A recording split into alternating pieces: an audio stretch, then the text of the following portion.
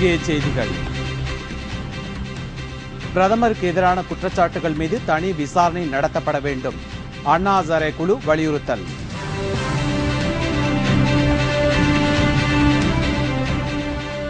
உலக chess champion போட்டியில் Viswanathan Anand hat trick வெற்றி. 14 கோடி ரூபாய் ரொக்க பரிசு.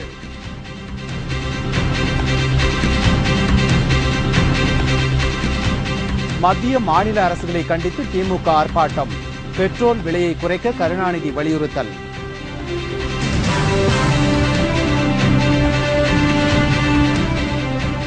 இந்தியர்களை சுட்டுக் கொண்ட இத்தாலியர்கள் ஜாமீனில் விடுதலை. நீதிமன்ற தீர்ப்பை எதிர்த்து மேல் முறையீடு செய்ய கேரள அரசு முடிவு.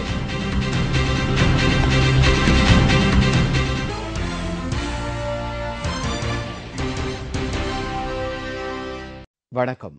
விரிவான செய்திகள். பிரதமருக்கு எதிரான குற்றச்சாட்டுகள் மீது தனி விசாரணை நடத்தப்பட வேண்டும் என்று அண்ணா ஹசாரே குழு வலியுறுத்தியுள்ளது. பிரதமர் மன்மோகன் சிங் மற்றும் அவரது அமைச்சரவையில் இடம்பெற்றுள்ள 15 அமைச்சர்களுக்கு ஊழலில் தொடர்பு இருப்பதாக அண்ணா ஹசாரே குழுவினர் குற்றம் சாட்டியிருந்தனர். குறிப்பாக நிலக்கரி அமைச்சகம் பிரதமரின் கட்டுப்பாட்டில் இருந்தபோது ஊழல் நடந்ததாக அத்துறையின் செலவு கட்டுப்பாட்டாளர் மற்றும் ஆடிட்டர் ஆகியோர் அளித்த அறிக்கையின் அடிப்படையில் பிரதமர் மீது பகிரங்கமாக குற்றம் சாட்டினர். இந்த குற்றச்சாட்டுக்கு பிரதமர் மன்மோகன் சிங் நேற்று மறுப்பு தெரிவித்திருந்தார். மேலும் தன் மீதான ஊழல் குற்றச்சாட்டுகளை நிரூபித்தால் பொது வாழ்க்கையிலிருந்து நான் விலக தயார் என்று சவால் விடுத்திருந்தார். இதுகுறித்து கருத்து தெரிவித்துள்ள அண்ணா குழுவைச் சேர்ந்த அரவிந்த் கெஜ்ரிவால், பிரதமர் மீதான குற்றச்சாட்டு பொய் என நிரூபிக்கப்பட்டால் தங்களுக்கு மகிழ்ச்சிதான் என்று குறிப்பிட்டுள்ளார். இந்த குற்றச்சாட்டை எதிர்க்கும் மன்மோகன் சிங் அமைச்சர்கள் மீது விசாரணை நடத்த உத்தரவிடாதது ஏன் என்று கேள்வி எழுப்பியுள்ளார். பிரதமர் மீது தனிப்பட்ட விசாரணை நடத்தப்படுவது அவசியம் என்றும் கெஜ்ரிவால் கூறியுள்ளார்.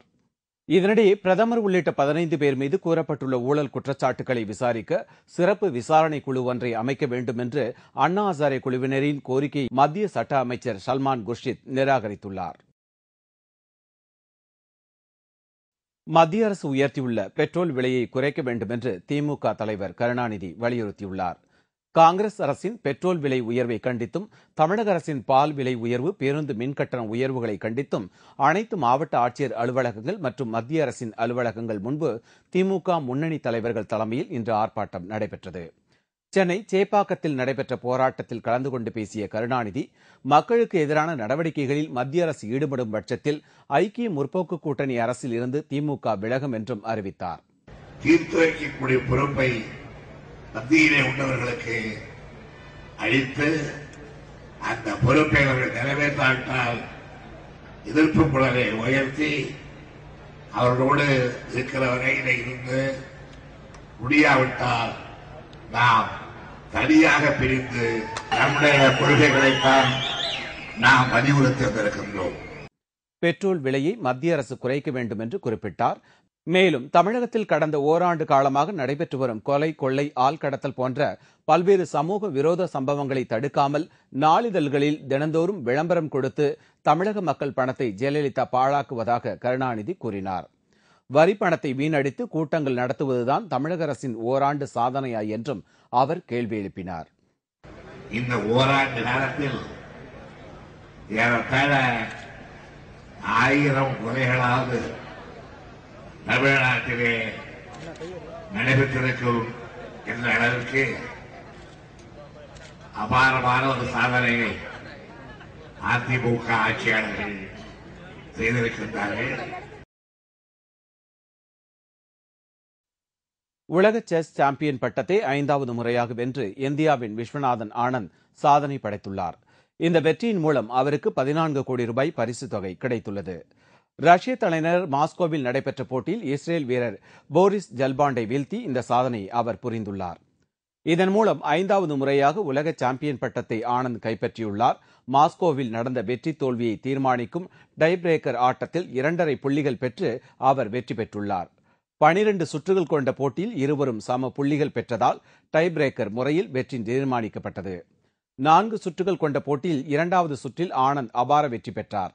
அவரை எதிர்த்து ஆடிய ஜல்பாண்டை முதல், 3வது மற்றும் 4வது ஆட்டத்தில் விஸ்வநாதன் ஆனந்த் டிரா செய்தார். இதனால் ஜல்பாண்ட் 1.5 புள்ளிகள் பெற்று தோல்வி அடைந்தார். இந்த வெற்றி மூலம் சென்னையைச் சேர்ந்த விஸ்வநாதன் ஆனந்த் உலக செஸ் போட்டியில் சாம்பியன் பட்டத்தை தொடர்ந்து கைப்பற்றி ஹாட்ரிக் சாதனை படைத்துள்ளார். 42 வயதாகும் விஸ்வநாதன் ஆனந்த் ஏற்கனவே 2000, 2007, 2008, 2010 ஆண்டுகளில் உலக செஸ் சாம்பியன் பட்டத்தை கைப்பற்றியுள்ளார். தனது 16 வயதிலேயே தேசிய சாம்பியன் பட்டம் வென்ற விஸ்வநாதன் ஆனந்த் பத்ம விபூஷன் பட்டம் பெற்ற முதல் விளையாட்டு வீரர் ஆவார்.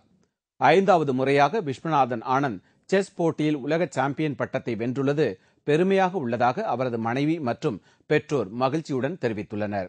வெற்றியினால எனக்கு உண்டான மகிழ்ச்சிங்கிறது அளவில்லாதது, சமுதிரத்தை போல அளவே இல்லாதது.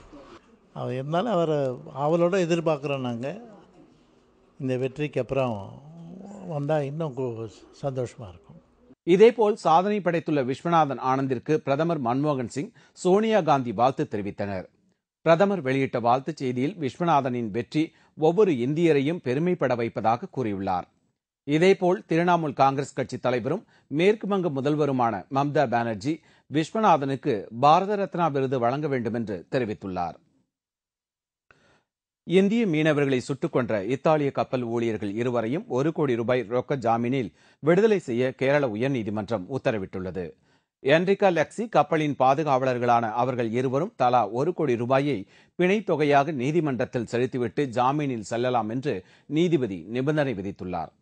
கப்பல் ஊழியர்கள் சால்வத்தோர், லத்தோர் ஆகிய இருவருக்கும் இந்தியாவைச் சேர்ந்த இருவர் உத்தரவாதம் தர வேண்டும் என்று நீதிபதி உத்தரவிட்டுள்ளார். The bail, preliminary 1 crore each bond, cash bond from each accused, and 2 solvent sureties of Indian national sureties must be there. Every day they should report before the Commissioner of Police, Kochi, and they shall not leave the jurisdiction of the Commissioner. Passport should be surrendered to district magistrate. All these conditions are there. இந்திய மீனவர்கள் இருவரை சுட்டுக் கொன்ற வழக்கில் கடந்த பிப்ரவரி மாதம் இருவரும் கைது செய்யப்பட்டு சிறையில் அடைக்கப்பட்டனர். 4 மாத சிறை வாசத்திற்கு பின் அவர்களுக்கு தற்போது ஜாமீன் வழங்கி கேரள நீதிமன்றம் உத்தரவிட்டுள்ளது. இதற்கு எதிர்ப்பு தெரிவித்துள்ள கேரள அரசு இந்த உத்தரவை எதிர்த்து விரைவில் மேல்முறையீடு செய்யப்போவதாக அறிவித்துள்ளது. இத்தாலியில் ஏற்பட்ட பயங்கர நிலநடுக்கத்தில் சிக்கி பலியானவர்களின் எண்ணிக்கை மேலும் அதிகரித்துள்ளது. இத்தாலியில் நேற்று பயங்கர நிலநடுக்கம் ஏற்பட்டது. 5.8 என்ற ரிக்டர் அளவுகோலில் பதிவான இந்த நிலநடுக்கம் அங்குள்ள பெரும்பாலான நகரங்களில் உணரப்பட்டது. எனினும் மொடல்கா மற்றும் கவாசோ நகரங்களில் இந்த நிலநடுக்கத்தால் பலத்த பாதிப்பு ஏற்பட்டுள்ளது. இதன் காரணமாக பல கட்டிடங்கள் இடிந்து தரைமட்டமானதோடு இடிபாடுகளில் சிக்கி 24 பேர் உயிரிழந்துள்ளனர். இரவு பகலாக மீட்பு பணி நடைபெற்று வருகிறது. இந்நிலையில் பலியானோரின் எண்ணிக்கை மேலும் அதிகரித்துள்ளது. மெடோலா நகரில் வசிக்கும் மக்கள் அங்குள்ள விளையாட்டு மைதானங்களில் தங்க வைக்கப்பட்டுள்ளனர்.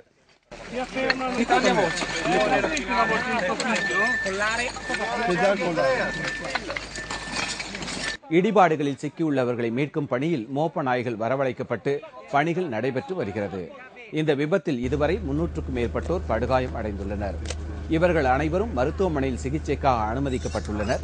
14,000க்கும் மேற்பட்டோரின் வீடுகள் கடுமையாக பாதிக்கப்பட்டுள்ளது. இதற்கிடையே கவாசோ நகரில் 2வது முறையாக 5.3 என்ற ரிக்டர் அளவில் மீண்டும் நிலநடுக்கம் ஏற்பட்டதால் மீதமுள்ள வீடுகளும் கடுமையாக சேதமடைந்துள்ளது. இடிபாடுகளை அகற்றும் பணி இரவு பகலாக நடந்து வருகிறது. வரும் நாடாளுமன்ற தேர்தலில் பாஜக ஆட்சியை கைப்பற்றினால் வெளிநாடுகளில் பதுக்கி வைக்கப்பட்டுள்ள இந்தியர்களின் கருப்பு பணம் மீட்கப்படும் என்று பாஜக அறிவித்துள்ளது. அமெரிக்காவில் இந்திய அமைப்பினரால் ஏற்பாடு செய்யப்பட்ட விழாவில் கலந்து கொண்டு பேசிய பாஜக மூத்த தலைவர் யஷ்வந்த் சின்ஹா, 2014ஆம் ஆண்டு நடைபெறும் பொதுத் தேர்தலில் பாஜகவிற்கு வாக்களித்து ஆட்சியில் அமர்த்தினால் சுவிஸ் வங்கியில் கணக்கு வைத்துள்ள 800 இந்தியர்களின் பெயர்களை வெளியிடுவோம் என்று தெரிவித்துள்ளார். சுமார் 10 ஆண்டுகளாக ஆட்சியில் இருக்கும் காங்கிரஸ் தலைமையிலான அரசு சுவிஸ் வங்கியில் பதுக்கி வைக்கப்பட்டிருக்கும் இந்தியர்களின் பணத்தை மீட்க எந்தவித நடவடிக்கையும் எடுக்கவில்லை என்றும் அவர் குற்றம் சாட்டினார். மேலும் காங்கிரஸ் அரசின் தவறான பொருளாதார கொள்கையால் நாடு மிக மோசமான நிலையில் சென்று கொண்டிருப்பதாகவும் அவர் குறிப்பிட்டிருக்கிறார். சென்னையின் கடற்கரை பகுதிகளில் இன்று கடல் சீற்றம் அதிகமாக இருந்ததால் மக்கள் பீதியடைந்தனர். மெரினா மற்றும் பட்டினப்பாக்கம் ஆகிய பகுதிகளில் வழக்கத்திற்கு மாறாக கடல் அலைகள் வேகமாக கடற்கரையை நோக்கி சீறி வந்தன. அந்த பகுதிகளில் காற்றும் வேகமாக வீசியது. கடல் அலைகளின் வேகம் அதிகமாக இருந்ததால் மீன்பிடிக்க கடலுக்குள் செல்வதில் சிரமம் ஏற்பட்டதாக மீனவர்கள் தெரிவித்தனர். கடல் சீற்றம் நிறையா இருக்கு. ஸோ அலை கிட்ட வர்றதுக்கு பயமா இருக்கு. ஸோ லீவு டைம்ல இப்படி யாருது கொஞ்சம் பயமாக தான் இருக்குது. கடல் சீற்றம் இன்று இரவு 8 மணி வரை நீடிக்கும் என்ற தகவல் பரவியது. இதனால் கடற்கரையோர மக்கள் பீதியடைந்தனர்.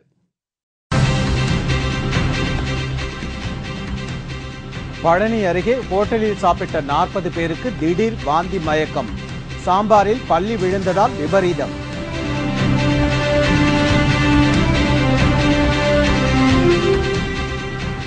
வெள்ள வியாபாரி மீது மிளகாய் பொடியை தூவி 9 லட்சம் ரூபாய் பணம் கொள்ளை. கோவையில் துணிகரம். மற்றும் பல செய்திகள் விளம்பர இடைவேளைக்கு பிறகு.